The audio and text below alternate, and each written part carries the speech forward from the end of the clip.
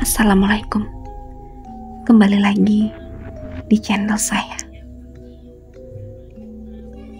Sebelumnya, yang belum subscribe, tolong subscribe dan aktifkan tanda loncengnya supaya kamu tidak ketinggalan cerita-cerita menarik dari saya. Neng, ucap Bagus lirih, berdiri di tengah pintu. Iya Pak, ada apa? Sekar pun menghampiri sang ayah. Menurutmu, kapan Bapak harus memberikan air itu pada Ambu?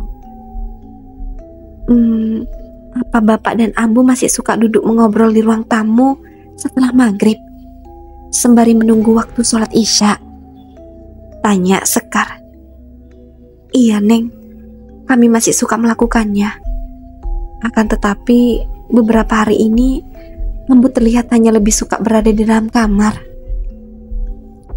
Nanti kita lihat saja Pak. Jika Ambu duduk bersama kita di ruang tamu, Sekar akan menyuguhkan minuman pada Bapak dan Ambu.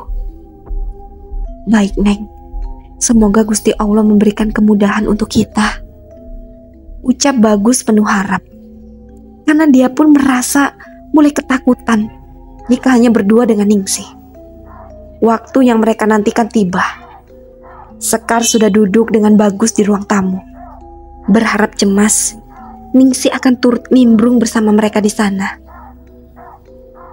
Suara pintu kamar terbuka dan suara langkah kaki mulai terdengar. Benar saja, Ningsih keluar dengan masih menggunakan mukena di kepalanya. Neng Sekar sama Bapak sedang ngobrolin apa? Tanya Ningsih yang kini ngambil posisi duduk di tengah-tengah Sekar dan Bagus. Tidak Bu, Sekar hanya sedang bercerita tentang desa Rawabodas. Desa itu ternyata amat indah dan masih asri, jawab Sekar berbohong. Mimik wajah Ningsih seketika berubah setelah mendengar Sekar menyebutkan nama desa Rawabodas, seolah dia tidak suka mendengar nama desa tersebut. Neng, ambilkan Bapak minum ya. Bagus memberikan kode pada Sekar untuk segera memberikan Ningsih air pemberian dari Abah Abdul. Karena Bagus sendiri mulai menyadari raut wajah Ningsih tiba-tiba berubah menjadi mengerikan. Sekar bergegas menuju dapur. Air pemberian Abah Abdul sudah dia siapkan sebelumnya. Sekar kembali membawa 2 gelas air di kedua tangannya. 1 gelas dia letakkan tepat di depan Bagus, dan 1 lagi dia letakkan tepat di depan Ningsih. Bagus lantas meminum air dalam gelas tersebut. Ambu, diminum dulu airnya, titah Bagus pada Ningsih, berharap sang istri segera meminum air tersebut. Neng, apa desa Rawabodas yang kini kamu banggakan itu benar-benar indah? Tanya Ningsih. Maksud Ambu? Sekar keheranan. Ningsih tersenyum menyeringai dengan wajah yang terus tertunduk menatap gelas berisi air pemberian Abah Abdul, dan jari jemarinya mulai mengusap-usap gelas itu. Apa tidak ada seorang pun atau mertuamu yang menceritakan kisah tentang seorang nenek tua yang dihakimi tanpa diadili? Dek, bulu tengkuk Bagus dan Sekar berdiri. Manakala ada suara Ningsih kini berubah parau dan berat, layaknya suara seorang nenek tua.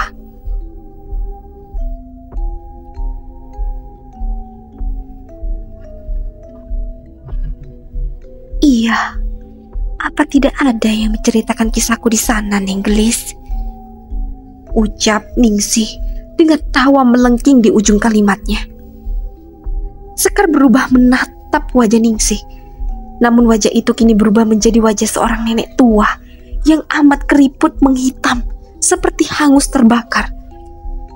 Perlahan-lahan nenek itu membuka mulutnya hingga cairan hitam kental berbau amis mengalir dan membasahi mukena putih yang ia kenakan. Astagfirullah, teriak Bagus. Bagaimana Neng? Apa masih ada yang ingat pada saya? Ucap Ningsih yang kini raganya telah dirasuki oleh Nyai Aminah, dukun beranak. Ningsih menggenggam erat lengan kiri Sekar sembari memiringkan kepalanya. Bola matanya menghitam legap. Sementara cairan kehitaman itu masih terus mengalir dari sela-sela gusi merahnya. Bagus lantas bertindak. Dia segera memeluk erat tubuh Ningsih. Ningsih melakukan perlawanan, namun tetap tenaganya tidak sebanding dengan Bagus. "Neng, cepat minumkan air itu," kata Bagus pada Sekar yang masih nampak sedikit syok. Sekar bergegas meraih gelas yang hampir terjatuh itu, sementara tubuh Ningsih semakin meronta-ronta. Dengan rasa takut yang berusaha Sekar kuasai, sebisa mungkin dia memegangi pipi keriput itu agar mulut Ningsih terbuka. Dia tahu ini masih raga ambunya. Hanya saja raut wajah Ningsih berubah. Bau amis darah dan bau gosong seketika meruak memenuhi rongga dada Sekar. Manakala tubuhnya semakin dekat dengan Ningsih, Ningsih semakin meronta-ronta. Beberapa kali dia menggelengkan kepalanya, menolak untuk minum air yang akan dicekoki oleh Sekar. Seteguk demi seteguk, air itu masuk ke dalam tenggorokan Ningsih. "Sudah habis, Pak," teriak Sekar. Segera Bagus menarik Sekar agar menjauh dari Ningsih yang mulai nampak menggelepar. Wajah Ningsih mulai kembali, bukan lagi sosok nenek tua dengan wajah hangus. Tiba-tiba tubuh Ningsih terdiam, tidak menunjukkan pergerakan lagi. Hingga akhirnya dia memuntahkan sebuah cairan berwarna putih keruh, kental berbau amat menyengat, bercampur beberapa potongan daging yang mirip dengan cecahan ari-ari bayi. "Apa itu, Pak?" tanya Sekar ragu. "Danur, Neng," tegas Bagus sembari terus menatap Ningsih yang masih memuntahkan cairan beserta potongan ari-ari tersebut. "Danur?" "Iya, danur, cairan mayat." Sekar membuka mulutnya. Dia melangkahkan kakinya hendak menghampiri Ningsih yang nampak mulai terkulai lemas. "Jangan, Neng, biarkan dulu," cegah Bagus. Seketika kepulan asap hitam keluar dari setiap pori-pori kulit Ningsih yang tergeletak tidak sadarkan diri. Sementara Sekar dan Bagus masih mengamati apa yang akan terjadi selanjutnya. Kepulan asap itu berputar-putar mengitari ruang tamu, sebelum akhirnya asap itu melesat pergi dari sebuah jendela yang terbuka. "Pak," tanya Sekar kembali. "Mari, Neng, kita angkat ambu." Bagus lantas membopong tubuh Ningsih ke dalam kamar. Ia membaringkan Ningsih di atas kasur, lalu meminta tolong Sekar untuk mengganti mukena Ningsih yang sudah nampak amat kotor tersebut. Sementara Bagus sendiri akan membereskan kekacauan yang sudah terjadi, termasuk membersihkan cairan-cairan yang Ningsih muntahkan. Setelah selesai menggantikan Ningsih baju, Sekar bersiap dengan segelas air di tangannya. Segelas air pemberian Abah Abdul. Sekar akan memberikan itu lagi pada Ningsih. Sesuai pesan Abah Abdul, Ningsih harus menghabiskan air tersebut. Setelah semuanya telah dianggap beres, Bagus lantas menyusul Sekar ke dalam kamar Ningsih. Ternyata Sekar masih setia duduk di sebuah kursi di samping Ningsih dengan segelas air di tangannya. "Bagaimana, Neng?" "Ambu masih belum sadar, Pak." "Ya sudah, tidak apa-apa. Setidaknya kita berhasil membebaskan Ambu dari emak Paraji itu." "Iya, Pak. Sebenarnya..." Sekar terdiam. Dia sedang menimbang apa perlu menceritakan kembali cerita yang dikisahkan Nenek Ijah pada Bagus, karena memang cerita ini berhubungan satu sama lain. Kenapa, Neng? Katakanlah. Sekar teringat tentang cerita seorang nenek tua di desa Rawabodas. Dia bercerita bahwa memang dahulu di desa Rawabodas pernah ada teror dari dukun beranak mencuri ari-ari bayi. Warga tidak ada satupun yang bisa melawannya. Padahal warga sudah mengamuk sampai melakukan tindakan main hakim sendiri. Namun tetap dukun beranak itu tidak mudah dibunuh karena sebab ilmu hitam yang dia anut. Hingga pada akhirnya datang seorang lelaki misterius yang berhasil membunuhnya. Namun dengan syarat jasad dukun beranak itu tidak boleh dimakamkan di desa Rawabodas. Bagus terdiam. Dia terus mendengarkan cerita dari Sekar dengan sesama. Sepertinya maksud dari ceritamu, lelaki misterius yang membunuh dukun beranak itu adalah Aba Abdul. Tanya Bagus. Iya, Pak. Sepertinya memang seperti itu. Lelaki itu adalah Aba Abdul. Timpal Sekar. Jika seperti itu, lantas di mana Aba Abdul menguburi jasad dukun beranak itu? Kenapa dia bisa bangkit di desa ini? Atau jangan-jangan belum sempat Bagus meneruskan ucapannya, Ningsih nampak mulai tersadar. Pak, Ning Sekar, apa yang sudah terjadi? Ucapnya lirih.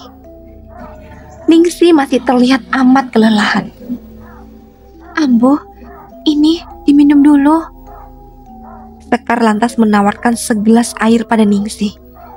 Air yang sudah dia siapkan sebelumnya. Ningsih mulai meminumnya. Sementara Sekar dan Bagus mulai saling beradu tatap dan bersiap. Mereka takut jika Ningsih akan menolaknya atau melakukan hal di luar kesadarannya lagi. Namun setelah isi dari gelas itu diteguk habis oleh Ningsih, tidak menunjukkan reaksi apapun. Bagus membuang napasnya lega. Bagaimana keadaanmu? Tanya Bagus yang kini duduk tepat di sebelah Ningsih. Aku tidak apa-apa, Pak. Hanya saja badan Ambu terasa amat sakit sekali. Memang apa yang terjadi? Kamu kesurupan dan muntah-muntah sembari terus memberontak. Tapi yang kamu muntahkan hanya potongan hati angsa kesukaanmu. Hati angsa? Ya Allah, Pak. Sejak kapan Ambu suka makan daging atau bahkan jeroan hewan seperti itu? Bagus dan Sekar terdiam. Berarti memang selama ini sikap ganjil yang Ningsih tunjukkan berada di luar kendali dirinya sendiri. Dan Sekar semakin yakin bahwa hati angsa itu sejatinya adalah seonggol ari-ari bayi. Bu, memang Ambu tidak merasakan hal aneh selama ini? Tanya Sekar. Sebenarnya Ambu juga merasa badan Ambu itu seperti berat sekali. Dan jika Ambu bercermin, wajah nenek tua yang hangus terbakar itu selalu muncul. Loh, kenapa Ambu tidak cerita pada Bapak? Tanya Bagus setelah mendengar penuturan dari Ningsih. Entahlah, Pak. Setiap Ambu ingin bercerita, pasti selalu saja lupa. Memang sebelumnya Ambu tuh dari mana? Tanya Bagus kembali. Sementara Sekar masih setia mendengarkan kedua orang tuanya berdialog. Ambu merasakan badan terasa berat itu setelah Ambu dan beberapa orang ibu-ibu berjalan melewati pemakaman umum desa, Pak. Saat Ambu dan yang lain ingin menjenguk Teh Maria yang dirawat di puskesmas desa. Jalan menuju puskesmas memang melewati pemakaman umum, bukan? Bagus mengerutkan dahinya. Dia semakin yakin bahwa jasad dari emak Paraji itu dimakamkan di desa ini, Desa Kencana. Bagus lantas pergi menuju dapur, setelah sebelumnya meminta gelas kosong yang sedari tadi masih Sekar genggam. Dia kembali dengan gelas penuh berisi air. "Embu, minumlah," Rita Bagus. Dia hanya ingin Ningsih segera mungkin menghabiskan air pemberian dari Abah Abdul. Karena dia merasa memang Ningsih belum sepenuhnya terlepas dari gangguan nenek Paraji itu. "Jika Ambu melewati pemakaman itu beramai-ramai, tapi kenapa Ambu yang jadi sasaran?" ucap Sekar lirih. Bahkan ucapannya itu hampir tidak didengar oleh Ningsih maupun Bagus. Ningsih menurut. Dia menghabiskan segelas air yang diberikan oleh Bagus. Meski tidak tahu apa alasan suaminya itu memaksanya untuk meminum air dari gelas yang sama dengan yang diberikan Sekar. "Ambu, beristirahatlah. Sekar akan menemanimu di sini." Sekar mengangguk. Dia setuju dengan ucapan Bagus. Dia akan menemani Ningsih tidur malam itu. Sementara Bagus memilih tidur di ruang tamu dengan alasan ingin berjaga-jaga. Sekar kini berbaring tepat di sebelah Ningsih yang sudah tidur lebih dulu. Dia menatap dalam wajah sang ibu. Rasa iba dan belas kasih muncul dalam hati Sekar. Karena bagaimanapun, sebenarnya dia ingin terus berada di sisi Ningsih dan Bagus. Dia tidak ingin meninggalkan keduanya. Sekar ingin selalu bisa membantu kedua orang tuanya yang semakin hari akan semakin tua renta. Sementara yang mereka miliki hanya Sekar. Sekar yang akan mengurus mereka saat di masa tua nanti. Sekar membelai lembut pipi Ningsih. Tanpa dia sadari, tepat di jendela yang berada di sisi tembok kiri kamar, bayangan seorang nenek tua dengan postur tubuh bungkuk tengah memperhatikan mereka. Anakku. Samar-samar suara itu terdengar oleh telinga Sekar. Sekar tidak mau ambil pusing. Dia lebih memilih merapalkan doa dalam hati dan memeluk lengan Ningsih yang nampak amat tertidur pulas. Hingga sampai akhirnya Sekar pun ikut tertidur. Meski suara nenek tua yang terus memanggil anakku terus bergema di telinganya. Matahari terlihat sudah bertengger gagah di cakrawala. Sekar yang terkejut lantas segera bangun dan mencari keberadaan Ningsih di dalam kamar. Namun tidak ada siapapun. "Ambu, Bapak!" Sekar berteriak kecil, mencari Bagus dan Ningsih ke setiap penjuru rumah. Lantas dia mendengar suara Bagus tengah berbicara dengan seseorang di teras rumah. Sekar memberanikan diri melihat lewat jendela siapa lawan bicara Bagus. "Jaka?" ucap Sekar lirih. Degup jantung Sekar mulai tidak beraturan. Rona merah mulai muncul di permukaan pipi putihnya.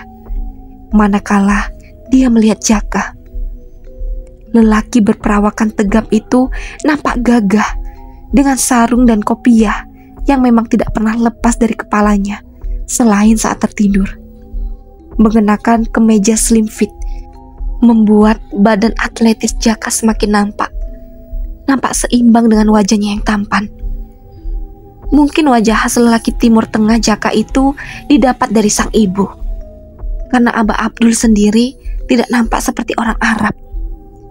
Hanya brewok tipis Jaka memang hampir serupa dengan yang dimiliki Abah Abdul.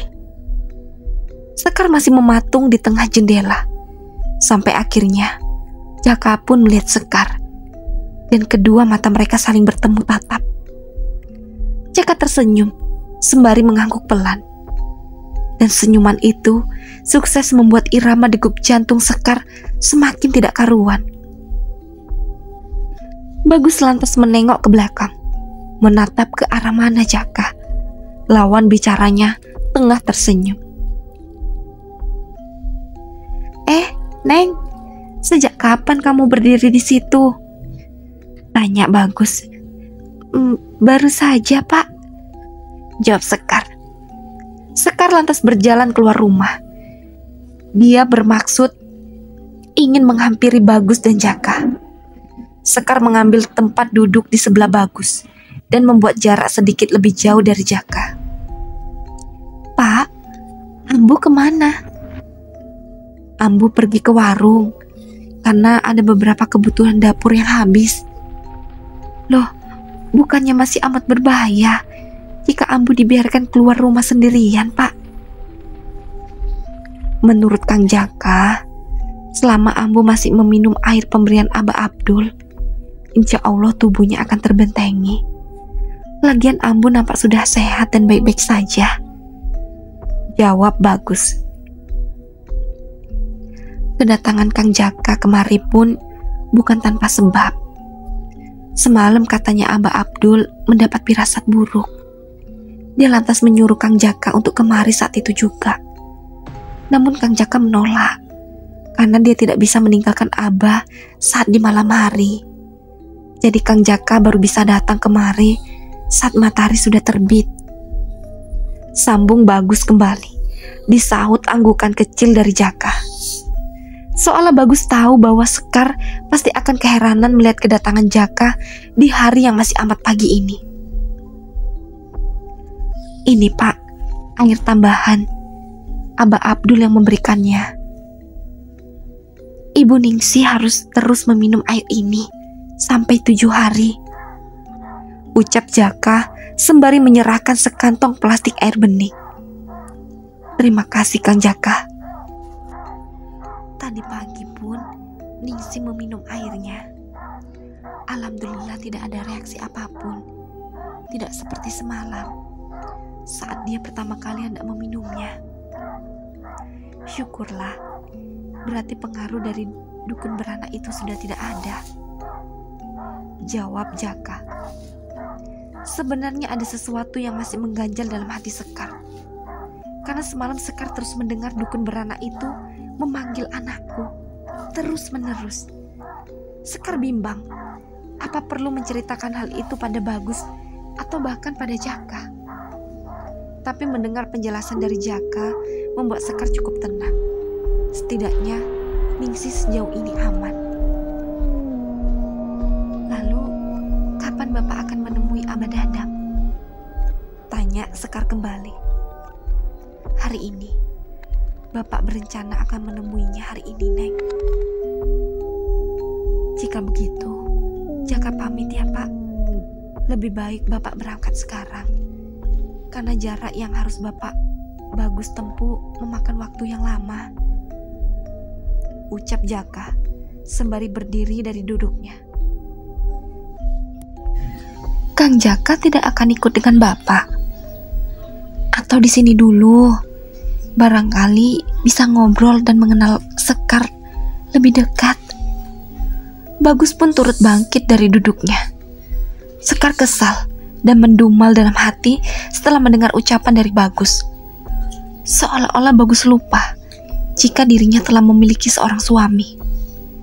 Memang orang tua mana yang bisa menolak Jaka untuk menjadi menantunya? Lelaki itu tampan, wajah dan postur tubuhnya khas lelaki Arab. Dia bijak, tutur katanya sopan, mengerti tentang agama, dan juga anak dari seorang kiai ternama. Namun tetap saja, bagi Sekar, Subagja lebih baik, lebih dari segala-galanya daripada Jaka. Tidak, Pak, saya tidak bisa melakukan perjalanan jauh. Selain karena harus merawat Abah, saya punya tanggung jawab lain, yaitu para santri di rumah.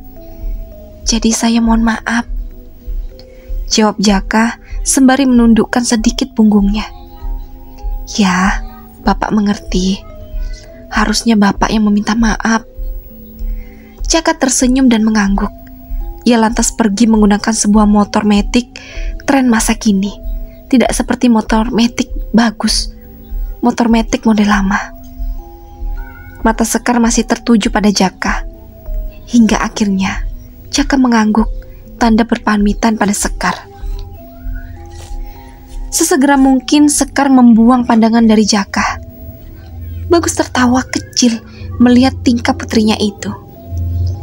Dari kejauhan, Ningsih nampak datang dengan sekantung penuh belanjaan di tangan kirinya. Melihat ibunya amat kewalahan, Sekar pun segera menghampiri Ningsih. Yang masih penasaran, lanjut ke part selanjutnya.